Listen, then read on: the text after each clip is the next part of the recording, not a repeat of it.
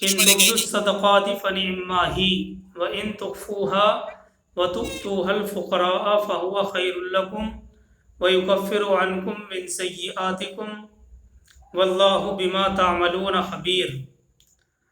ترجمہ: اگر تم صدقے کو ظاہر کر کے دو گے تو یہ بھی بہتر ہے، اور اگر تم اسے پوشیدہ پوشیدہ مسکینوں کو دے دو تو یہ تمہارے حق میں زیادہ بہتر ہے، اور خدا تعالیٰ تمہارے گناہوں کو بھی مٹا دے گا۔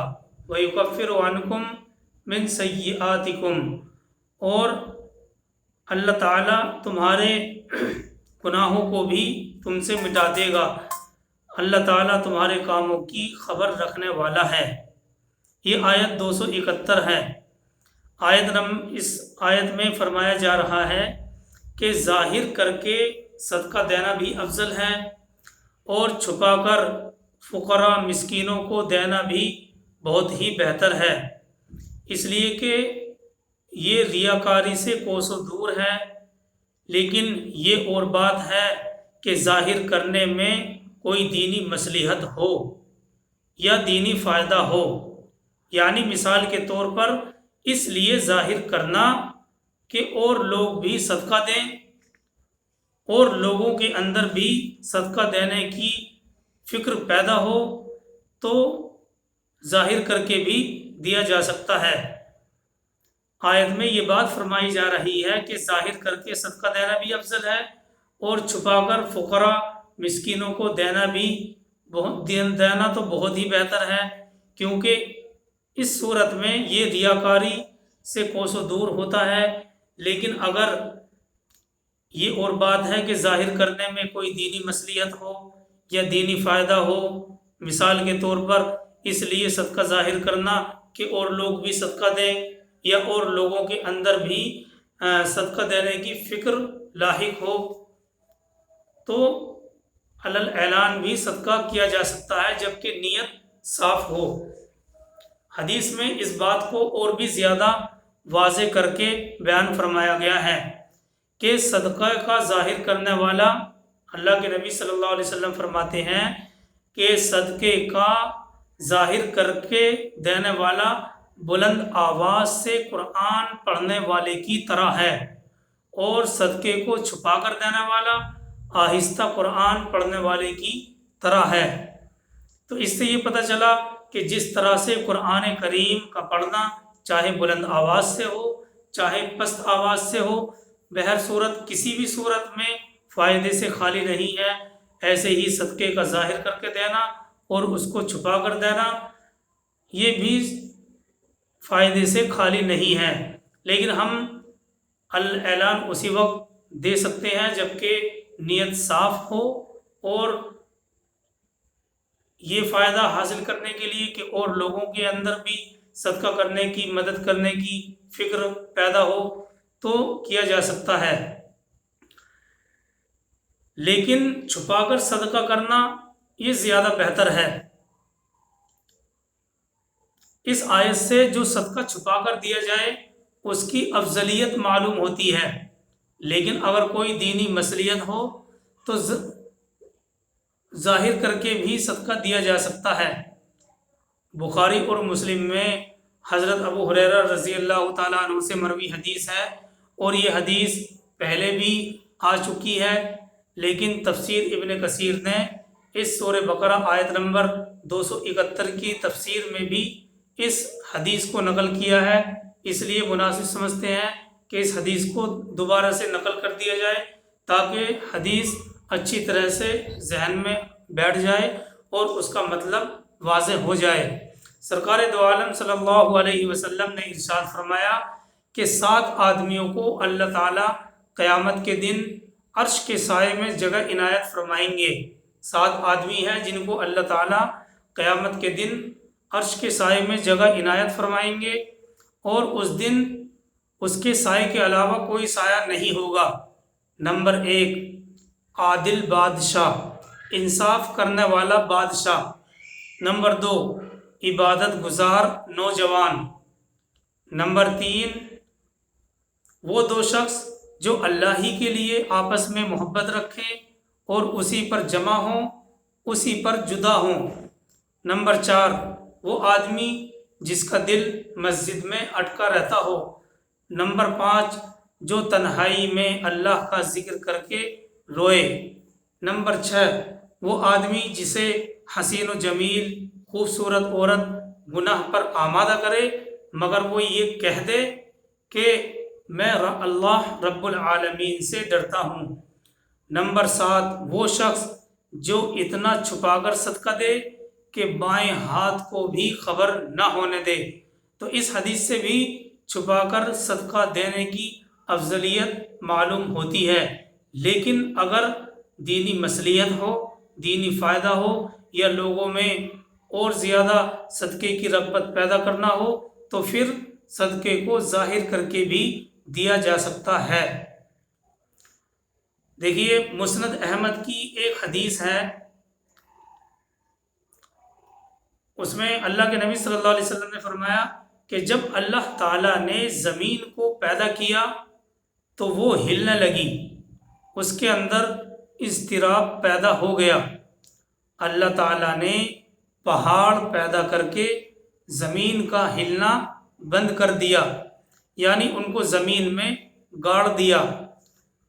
قرآن سورہ مرسلات میں بھی ہے وَجَعَلْنَا فِيهَا رَوَاسِيَ شَامِخَاتٍ، اور سورہ نبا میں ہے وَالْجِبَالَ أَوْتَادًا، اور پہاڑوں کو میخیں بنایا، پہاڑوں کو کیل بنایا۔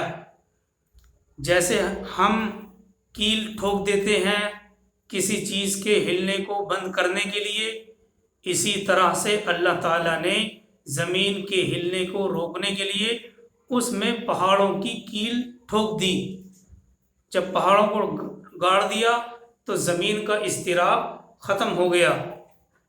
تو جب اللہ تبارک و تعالیٰ نے پہاڑوں کو پیدا کیا تو فرشتوں کو پہاڑوں کی ایسی سخت پیدائش پر بڑا تعجب ہوا۔ انہوں نے باری تعالیٰ سے عرض کیا یا اللہ، تیری مخلوق میں پہاڑ سے بھی زیادہ کوئی سخت مخلوق ہے؟ فرشتوں نے عرض کیا کہ اے باری تعالیٰ، کیا تیری مخلوقات میں سے پہاڑوں سے بھی زیادہ کوئی سخت مخلوق ہے؟ تو اللہ رب العزت نے فرمایا ہاں، لوہا، کیونکہ لوہا پہاڑ کو بھی توڑ دیتا ہے۔ پھر اس سے بھی سخت آگ ہے، کیونکہ آگ لوہے کو پگھلا دیتی ہے، اور اس سے بھی زیادہ سخت پانی ہے، کیونکہ پانی آگ کو بجھا دیتا ہے، اور اس سے بھی سخت فرشتوں نے عرض کیا، اور اس سے بھی سخت ہوا ہے۔ پھر اس کے بعد فرشتوں نے عرض کیا اے اللہ، اس سے زیادہ سخت کیا چیز ہے؟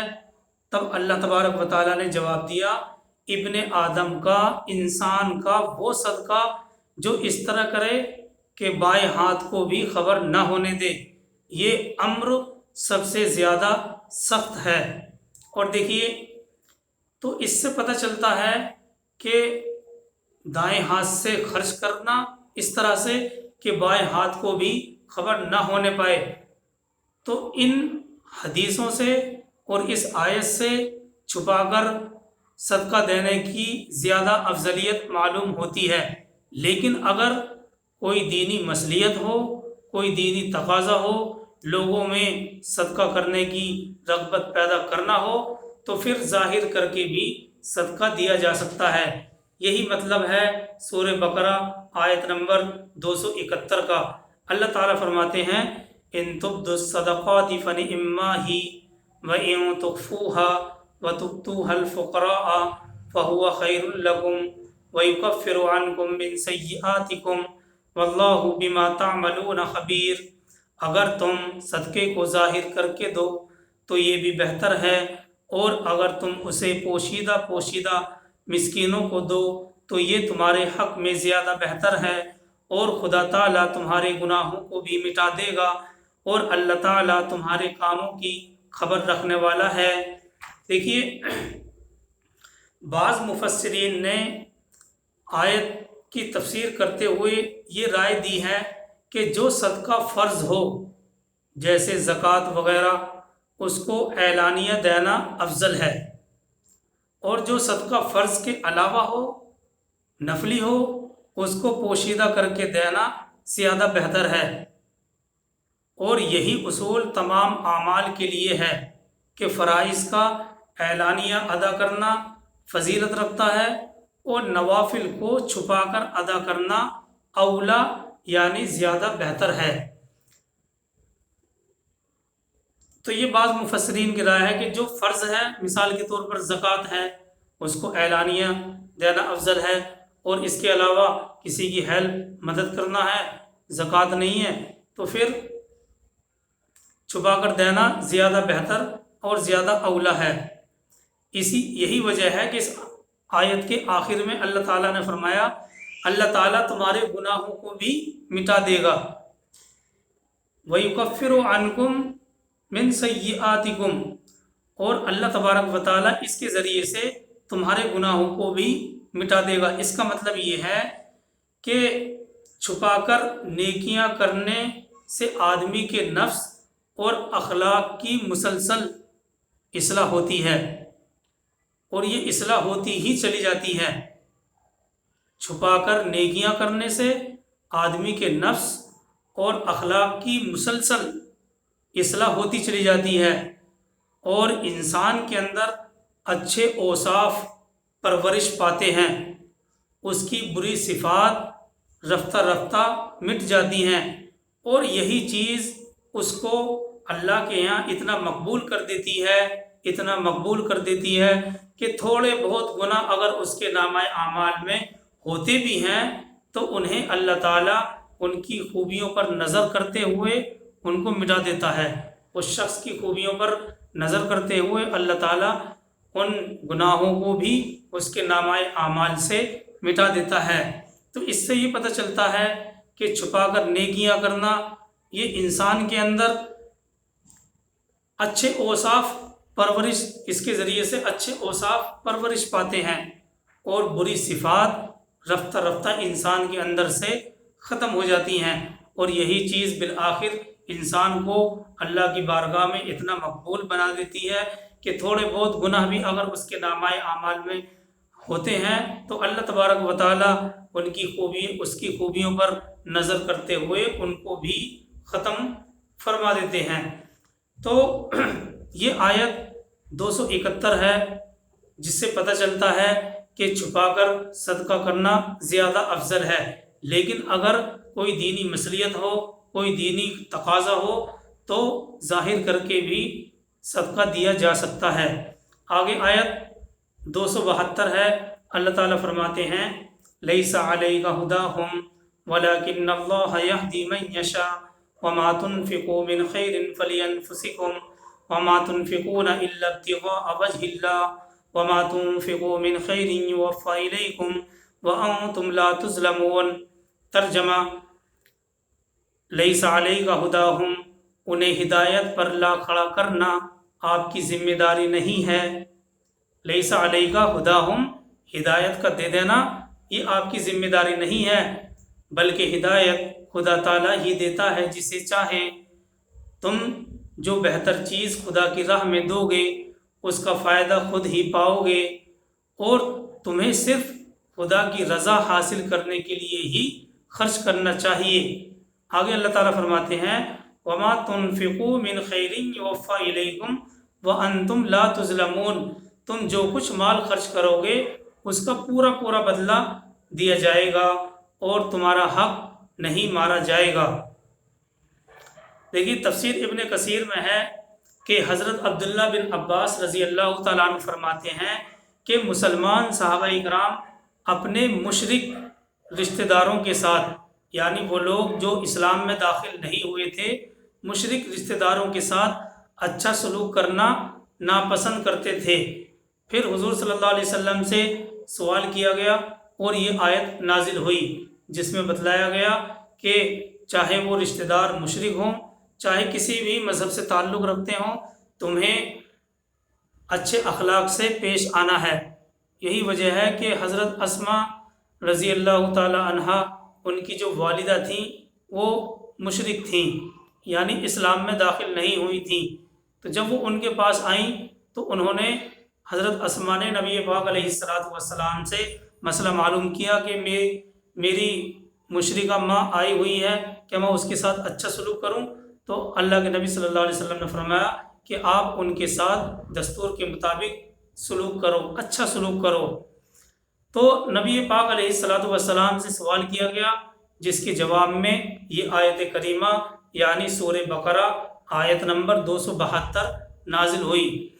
شروع میں حضور صلی اللہ علیہ وسلم فرماتے تھے کہ صدقہ صرف مسلمانوں کو ہی دیا جائے۔